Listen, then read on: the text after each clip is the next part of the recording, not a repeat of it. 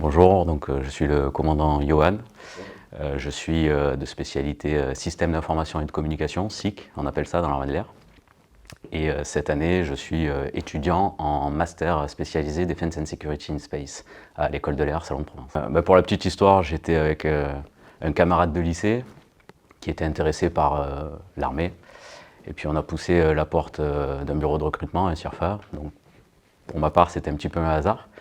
En réalité, ce qui m'a été présenté m'a motivé, m'a plu. Il y avait de belles perspectives de carrière. Ils étaient intéressés par notre profil. On avait fait une licence réseau et télécom juste avant. Et puis je me suis engagé et en arrivant à l'école des sous-officiers, les valeurs m'ont correspondu. Et puis en fait, de fil en aiguille, j'ai trouvé un petit peu ma voie, on va dire ça comme ça. Je pense que la première fois où j'ai pris la mesure de l'importance de la composante spatiale dans mon domaine, c'était en opération extérieure. L'ensemble des réseaux et des systèmes et de l'interconnectivité entre les systèmes d'armes sur le théâtre dépend souvent, si ce n'est pas toujours, selon les théâtres, d'un lien satellitaire pour rejoindre la France. Et cette interconnectivité-là, elle était essentielle en fait aux opérations.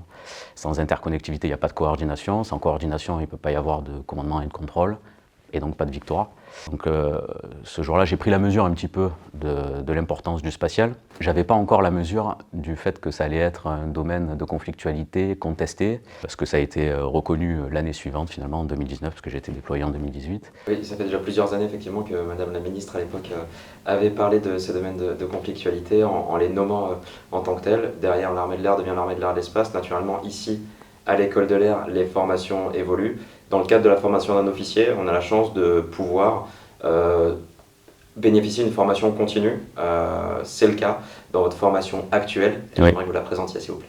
Oui, alors il s'agit d'un master spécialisé, donc une année de spécialisation après un bac+5.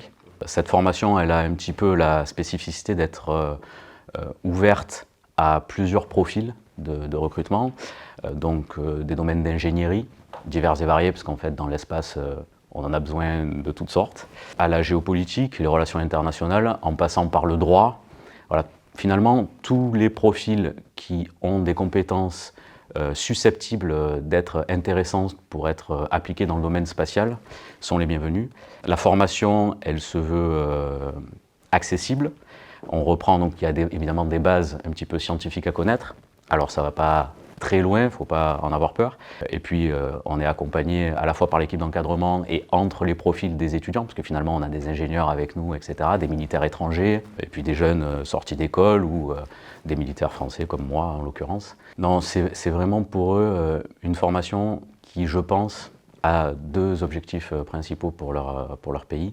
Le premier, c'est être aux côtés de la France, qui se veut être moteur dans l'Union européenne de ces questions spatiales, stratégiques. Et le second, c'est justement, comme je le disais, avoir un vernis culturel qui leur permettra de mettre à profit leur propre savoir-faire dans une composante dans laquelle on ne peut pas entrer sans avoir un petit peu les contraintes liées au domaine, au milieu, qui sont très spécifiques par rapport à ce qu'on peut connaître sur Terre. Le départ de Sophie Adono dans l'ISS, ça a eu plus de succès, je pense, dans ma promotion que la finale de la Champions League. Pour moi, c'est un exemple. On est allé, c'est facile de s'identifier à elle, puisqu'on a arpenté les mêmes bancs d'école ici à Salon de Provence. Et la voir mettre en lumière, finalement, des enjeux de santé publique, comme la lutte contre le cancer, de la recherche scientifique et d'être finalement un exemple pour toutes les petites filles, les petits garçons et même les plus âgés, dont je fais partie.